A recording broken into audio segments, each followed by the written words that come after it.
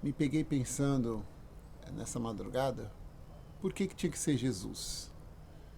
Por que Deus tinha que se fazer carne, descer nessa terra, viver como os homens e morrer na cruz?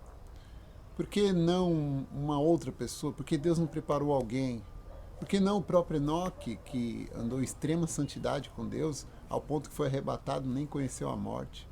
Por que não Jó, antes de toda a sua angústia? A Bíblia fala que ele era íntegro, temente a Deus e muito reto. Por que tinha que ser alguém tão especial? Certamente ninguém seria capaz de suportar o peso dessa morte. A cruz, nós vamos falar um pouquinho sobre ela hoje, ela, muito mais do que um simples assassinato, ela tem cheiro de morte eterna. E certamente homens finitos, pessoas limitadas, seriam incapazes de suportar o peso dessa morte. Somente alguém eterno suportaria essa morte eterna. Essa cruz era preparada para mim e para você, para todos os homens, para todas as pessoas.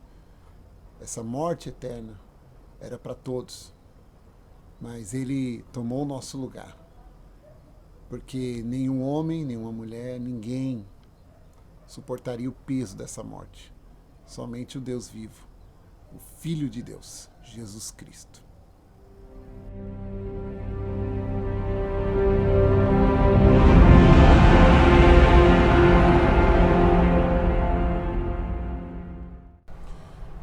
Mateus capítulo 27, versículo 39 e 40 diz o seguinte: Os que passavam blasfemavam dele, balançando a cabeça e dizendo: Tu que destrói o templo e em 3 dias o constrói, salva-te a ti mesmo. Se és o Filho de Deus, desce da cruz. Certamente os judeus da época entendiam o peso da cruz, entendia quão terrível ela era. Era o tipo de morte mais agressiva do momento, né? Eu penso que essa morte, além de ser agressiva, ela é cruel e dificilmente alguém consegue escapar desse tipo de morte. Era a morte que um homem comum não poderia escapar. Por isso que eles levantam a questão: se tu és o Filho de Deus, porque eles sabiam que uma pessoa, um ser humano comum, uma pessoa comum, jamais escaparia da cruz. E aí eles levantam essa questão: se tu és o Filho de Deus, desce da cruz. Somente um Deus para descer daquela cruz. O que os fariseus, o povo que estava crucificando, os soldados romanos não sabiam, que a cruz ela tinha um peso muito maior de morte do que aquilo que os olhos deles estavam vendo. A cruz ela tem um peso de morte eterna. A cruz ela não é sinônimo de salvação, ela é sinônimo de morte. Mas quando nós falamos da cruz, nós falamos da cruz vazia, do Cristo que venceu essa morte. Eu quero ler um texto com vocês que está em Gálatas 3,13. Cristo nos resgatou da maldição da lei, fazendo-se maldição por nós, pois está escrito: maldito todo aquele que for pendurado no madeiro. Então, há um peso aqui, não apenas de morte física, mas de maldição. Já imaginou o que é morrer maldito? O que é morrer amaldiçoado? Então você tem a morte física, você tem a morte espiritual e a morte da alma, porque a angústia e o sofrimento que a cruz traz. É o tipo de morte mais terrível que poderia existir. Mas especificamente essa cruz que Jesus estava, que ela não é a cruz de um homem, mas ela é a cruz da humanidade. A humanidade tinha que ser pendurada nesse madeiro, desde o primeiro homem pecador até o último homem que nascer na história da humanidade. Toda a humanidade tinha que estar pendurada neste madeiro. É uma morte eterna, é uma morte por causa do pecado. E essa cruz, ela tem esse poder terrível de não apenas trazer uma aniquilação do físico, mas ela aniquila a alma e o espírito. Por isso que, desde o começo, estou falando aqui que nenhum homem comum teria poder e capacidade de suportar esse tipo de morte. Porque não era apenas pagar o preço de um erro pontual, ocasional. aqui essa cruz, a cruz que Jesus carregou, a cruz que Jesus foi pendurado. Não estou falando da cruz que os ladrões usaram, estou falando da cruz de Jesus, aquela ali. Aquela cruz, ela tinha, além de trazer uma morte física pontual, ocasional, ela tinha uma responsabilidade de carregar o castigo de toda a humanidade. A ira que devia ser paga com morte, com sangue. E somente Jesus teve esse poder. E por que só Jesus teve esse poder?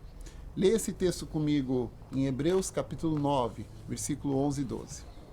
Cristo, porém, tendo vindo como sumo sacerdote dos bens já realizados, por meio de um maior e mais perfeito tabernáculo, não feito por mãos, isto é, não desta criação, e não por meio de sangue de bodes e bezerro, mas pelo seu próprio sangue, entrou no Santo dos Santos, uma vez por todas, havendo obtido uma eterna redenção.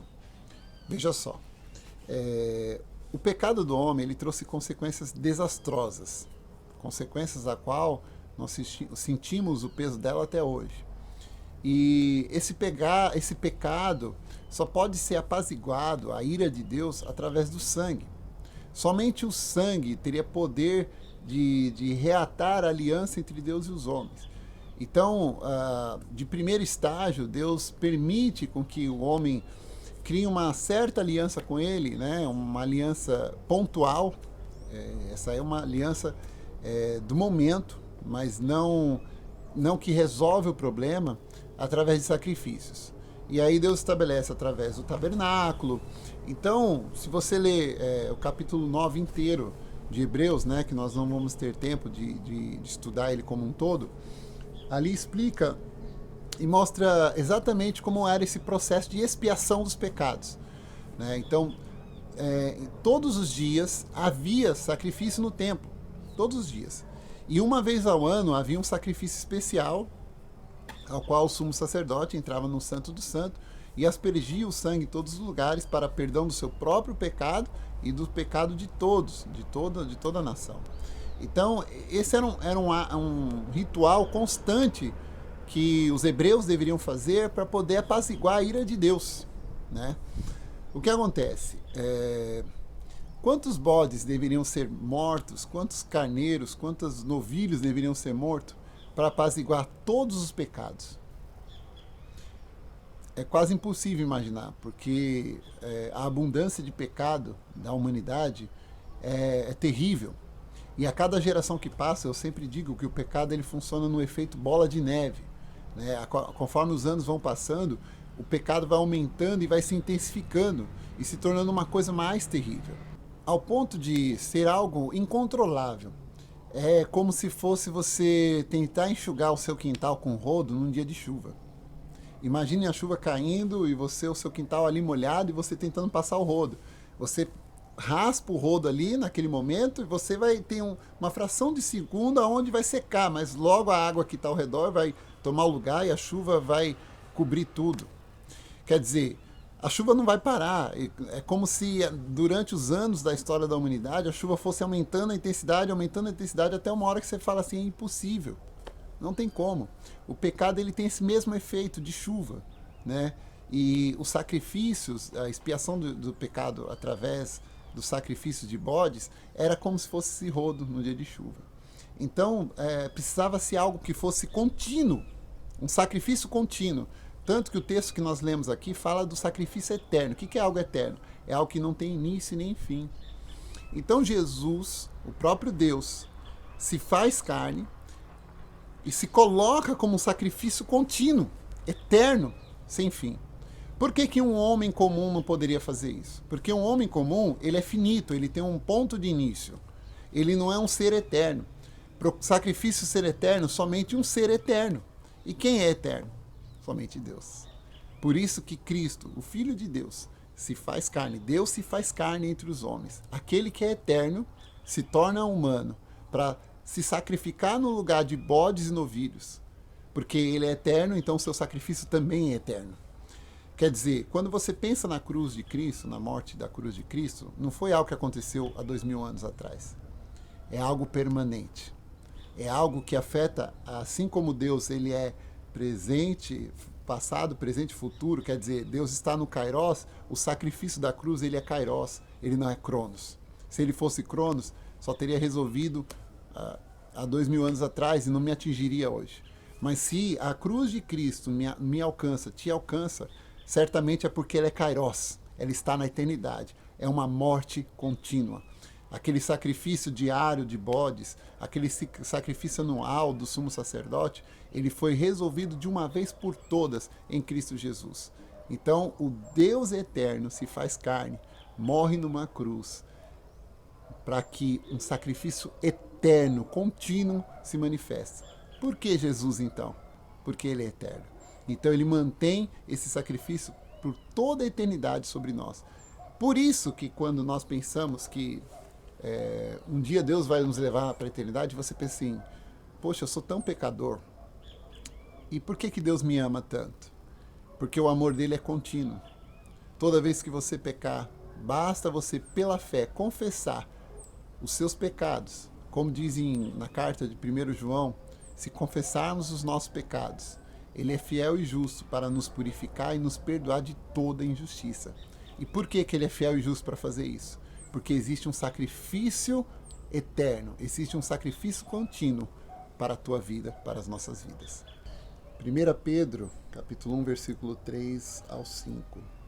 Bendito seja o Deus e Pai de nosso Senhor Jesus Cristo, que segundo a sua grande misericórdia nos gerou de novo para uma viva esperança, pela ressurreição de Jesus Cristo dentre os mortos, para uma herança incontaminável, que jamais perecerá ou perderá o seu valor, guardada nos céus para vós, que pelo poder de Deus sois guardados mediante a fé, para a salvação preparada para se revelar no último tempo. Quer dizer, o sacrifício de bodes e cordeiros não existe mais. E nós sentimos e vivemos esse sacrifício contínuo, esse sacrifício eterno pela fé. É mediante a fé que nós somos guardados em Deus. É mediante a fé que nós somos salvos. E nasce em nós, brota em nós uma viva esperança que se manifestará na nossa eternidade. Esse sacrifício contínuo é incorruptível, é incontaminável. Esse sacrifício contínuo, ele não perde valor. Esse sacrifício, a expiação do pecado, pelo sacrifício, pelo ritual judaico, ele é ocasional e pontual. Ele tem prazo de validade curtíssimo. Mas o sacrifício de Jesus, ele é eterno, assim como ele é eterno. O que eu acho bonito no ato da cruz, na graça de Cristo, é pensar nisso. Que assim como ele é eterno e poderoso sobre todas as coisas, o seu sacrifício de morte e ressurreição é eterno e poderoso como ele é. O seu amor de querer morrer no nosso lugar é impagável, é incalculável, porque é um sacrifício que te dá esperança. Eu não sei como o seu coração anda a respeito dessas coisas da fé, mas se você se apoiar na cruz, não na morte que ela gera, mas naquele que venceu a cruz, Jesus Cristo de Nazaré, você vai ter esperança para a tua vida, até o fim dessa vida nessa terra, e continuará eternamente com ele nos céus. Que você possa confiar na cruz, não na cruz da morte, mas naquele que venceu a cruz, em Jesus Cristo de Nazaré. Que Deus vos abençoe. Amém.